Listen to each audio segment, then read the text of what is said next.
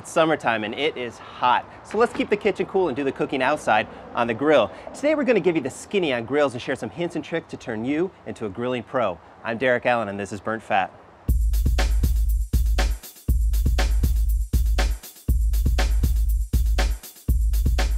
Now in the midst of summer, no one wants to turn the oven or the stove on. It's just too damn hot. So many of us head outside, we fire up the grill to do the cooking. Today we're gonna share some grilling tips. So whether you're cooking a burger or a New York steak, you're gonna be grilling it like a pro. We're using a gas grill, but these techniques are universal and can be used on any grill.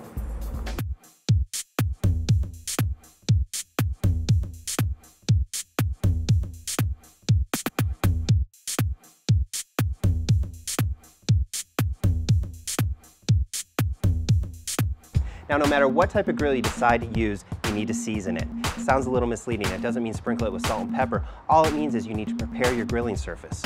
To get started, just preheat your grill and allow it to get nice and hot. Once hot, use a wire brush or pumice stone to clean the grates. And now you need to lube it up. I like to roll up an old t-shirt and soak it in oil, vegetable oil or olive oil, it's really your choice. Then use your tongs to coat the grates. Coat them liberally. For those of you thinking about using a nonstick spray, not a good idea. Flammable airborne liquid, open flame, we don't recommend it. A die-hard charcoal fan would say that a gas grill just can't provide that true smoky grill flavor. One way to remedy this is to use smoke chips. Choose your aromatic and soak the chips until just wet. You can use water, beer, wine, it's really your choice. Then squeeze the excess liquid out and wrap the chips in foil. You want to wrap the foil to create a pouch and then puncture a few holes to allow the smoke to billow out. From there, just carefully place the pouch over an open flame, heat until it begins to smoke, and you're good to go. Whether you're using a marinade or just simply salt and pepper, you want to make sure that you season it a little bit ahead of time just to make sure that you actually maximize the flavor within the meat. Today we actually used a marinade, and before I put it on the grill, I want to make sure I pat it dry because I don't want to risk any flare-ups when I put the meat on the grill. Next, let's talk about grill marks. Restaurants do this, and you should too. This will make you look like a real grilling pro, and it's easy to do. The key is patience. First, make sure the grates are hot, crazy hot. Place the meat on the grill and wait. Remember, patience is key. Essentially, you're burning the grill marks into the meat, and if you lift too soon, you're gonna tear the meat and lose the marks. This guy isn't ready yet. Once you are able to lift the meat without it tearing, use your tongs and rotate from 9 o'clock to 6 o'clock. Then wait. Remember, patience is key. This rotation is what's gonna give you those professional looking crisscross marks that you always see in restaurants. Once the grill marks look good, it's time to flip the meat and finish cooking.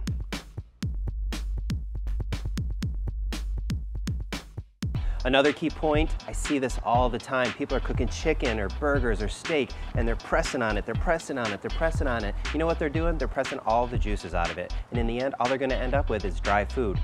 Never press on the meat.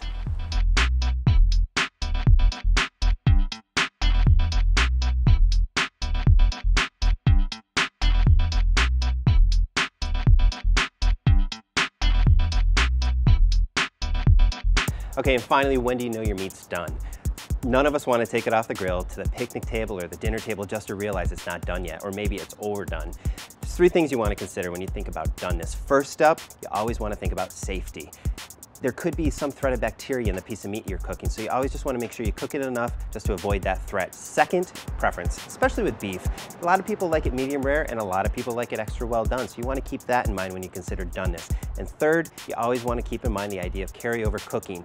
Whenever you take the meat off the heat, it's going to keep cooking. There's so much heat in there, it's going to keep cooking just a couple minutes more. So keep that in mind when you're thinking about this. So when you want to take it off, maybe just a little bit before it's actually done. The fail-safe, most direct method to find out if something's done is, of course, use a thermometer. But you know what, there's actually a little technique that I learned in school when I was in culinary school. It's called the finger method. A little gross, but don't take it out of context. Basically, this is all you do. Hold your hand relaxed like this, and you're gonna feel this muscle right here. It feels really soft when your hand's just open and relaxed. You could consider that rare. Take your index finger down, it's a little bit tighter. That's medium rare, medium, medium well, and well done. Use this when you're cooking beef steaks like a ribeye, a filet, or a New York steak. It may take a little practice, but give it a try. It does work.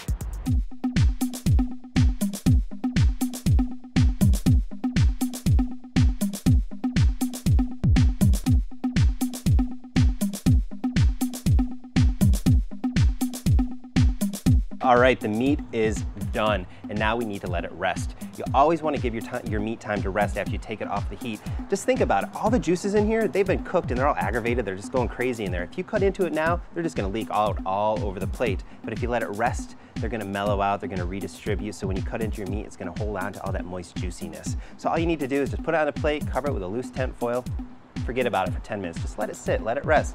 While you're doing that, why not clean up the grill? It'll be ready for you next time. You can also get your table ready to go. You know, I hope we simplified the world of grilling for you today. Just keep in mind these 6 easy steps. First, season your grill. Second, prep your meat. Third, go for the grill marks. You're gonna look like a total grilling pro.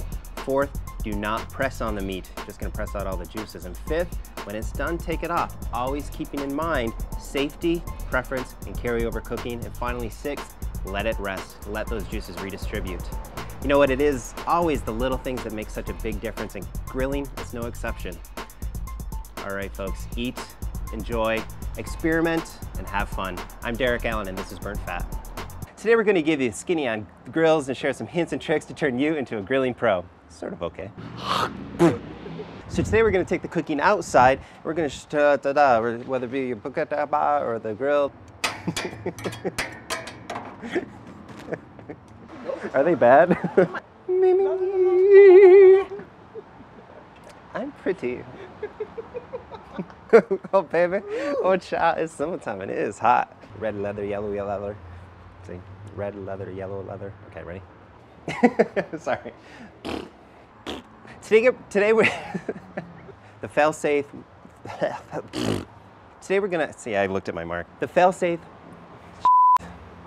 I'm going to blot my face. Third, you want, and also get your table ready, get your salads ready, get everything else.